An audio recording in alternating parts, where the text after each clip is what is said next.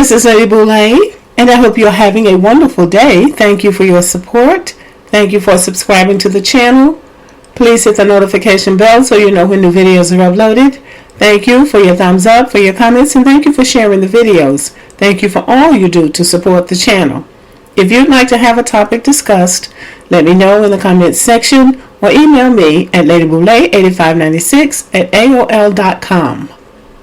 I am declaring that 2022 is going to be a banner year for African Americans. So I've entitled this video, The Way Forward for African Americans in 2022. We have been through a lot, but we have proven a lot about ourselves. We are resilient, we are gifted, and we know how to take a punch because we have taken a couple of punches over the last 400 and something or 500 years, however long we've been here, depending on who's doing the calculating. But now is the time for us to go forward. I was recently talking with some friends, and we came up with some things that we thought would help us as a group to move forward in 2022.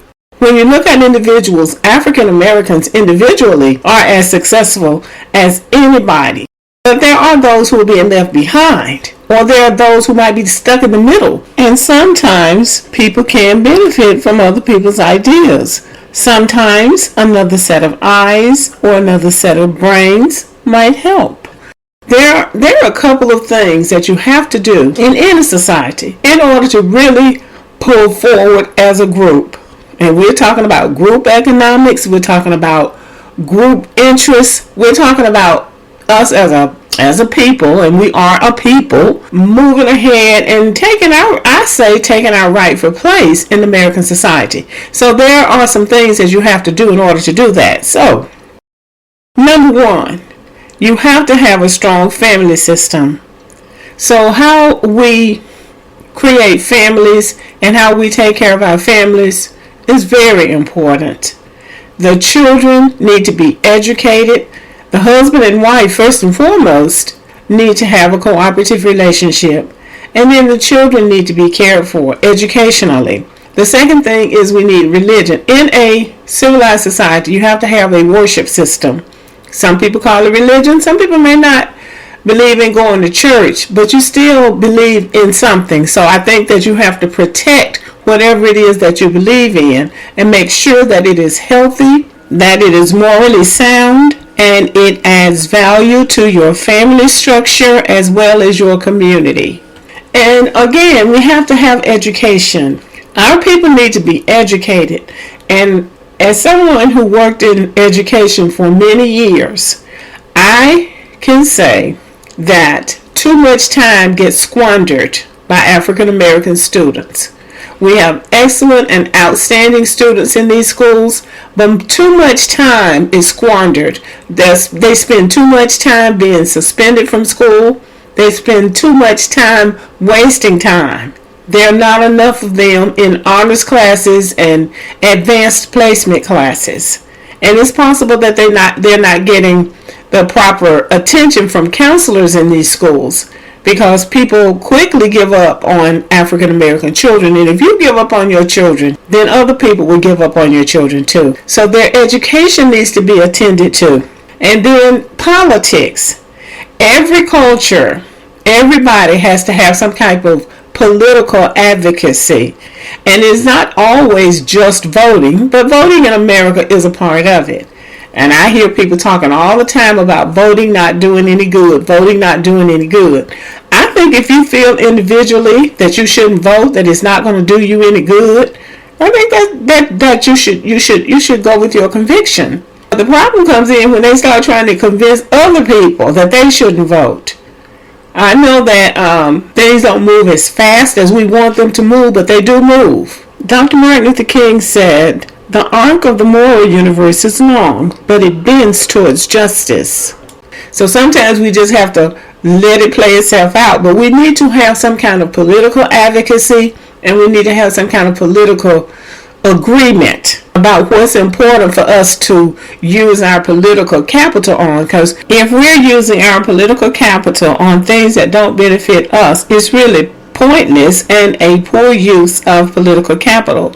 We have enough issues in our communities nationwide. We could come up with the top 5 issues that we want addressed, and we should stick with that. And we could do that if we had our own advocates.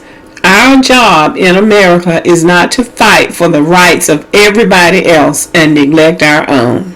We need an agency of lobbyists or lobbyists-like people who know the law, who know how Congress works, people who know our history, and who know the contribution that we made in this country. Our history needs to always be at the forefront of anything that's being said or done relative to African Americans. And not having people who are getting paid to try to influence us, but people who we are paying to influence others on our behalf. And we have to do that. That is going to be a part of our political maturity. It takes time, but I think we are learning, if we have not learned, that we cannot depend on elected officials to advocate for us. We have to select our own political advocates. We have to pay them to advocate for us.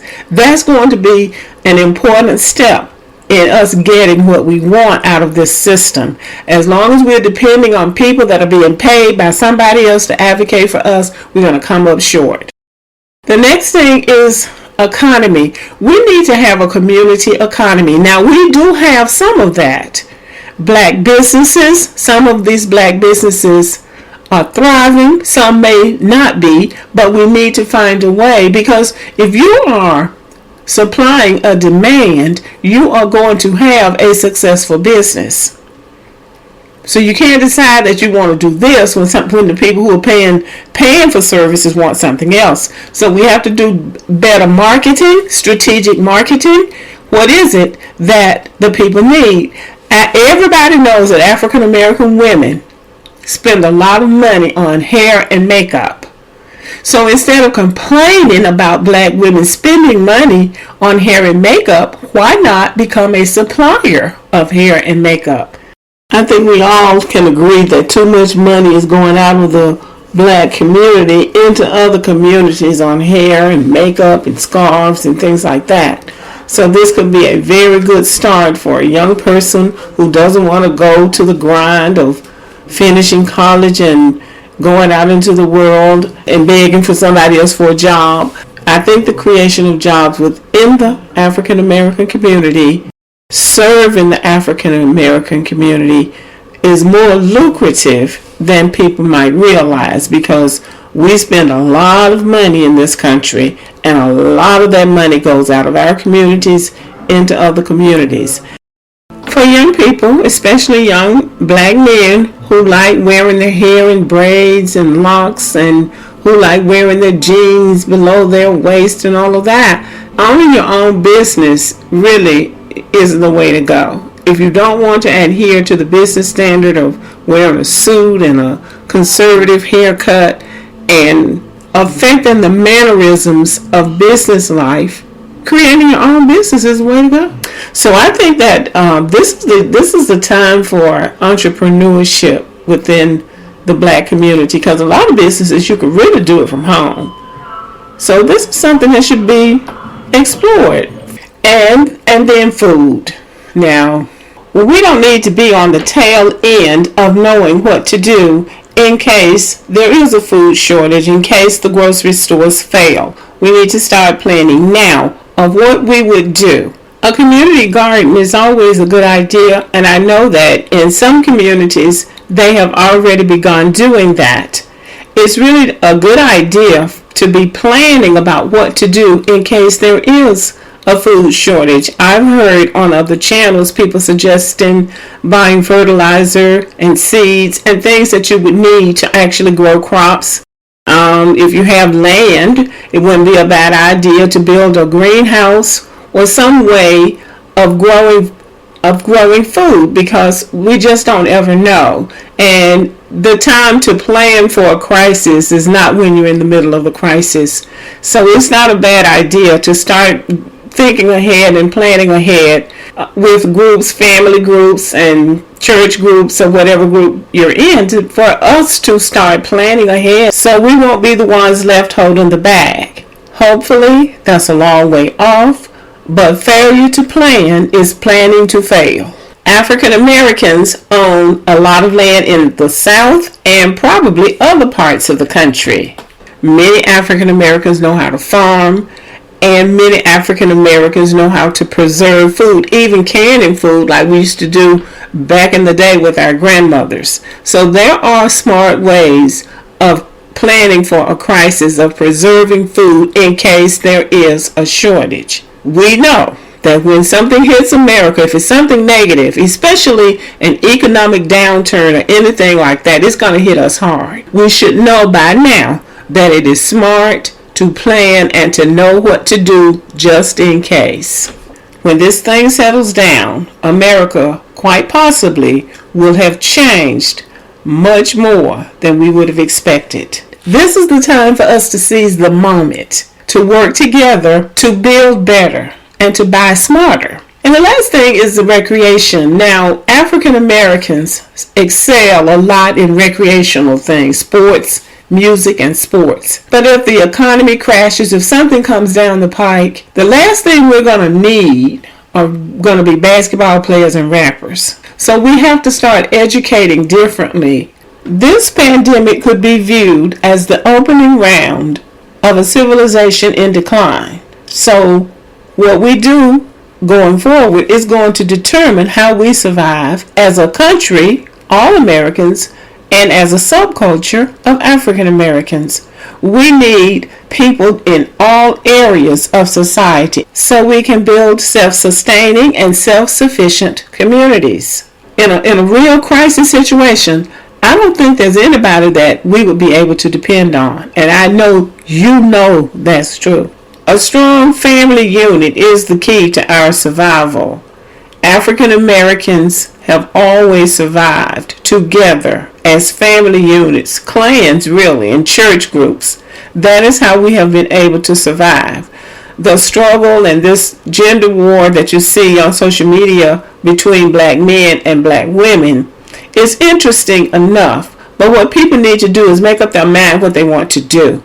And the decent thing to do would be to go on and do that and stop tearing each other down, because it doesn't help anything. I'm going to end this video by saying that we need national leadership to pull all of these systems together that I spoke about. We need leaders that we select or elect, and they need to be paid as far as I'm concerned.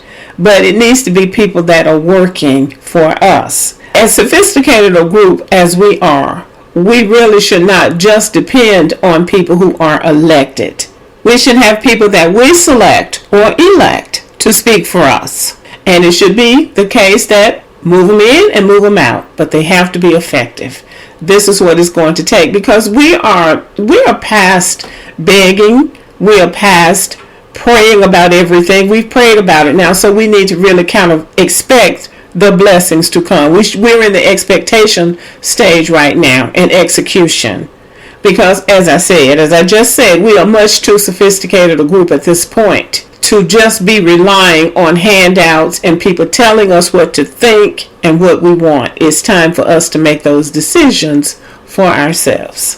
So when something happens in our community, we need the person that we have either elected or selected to go to the city council or go to the mayor or go to the police chief and say, these are the problems that we're having. What can we do to make things better?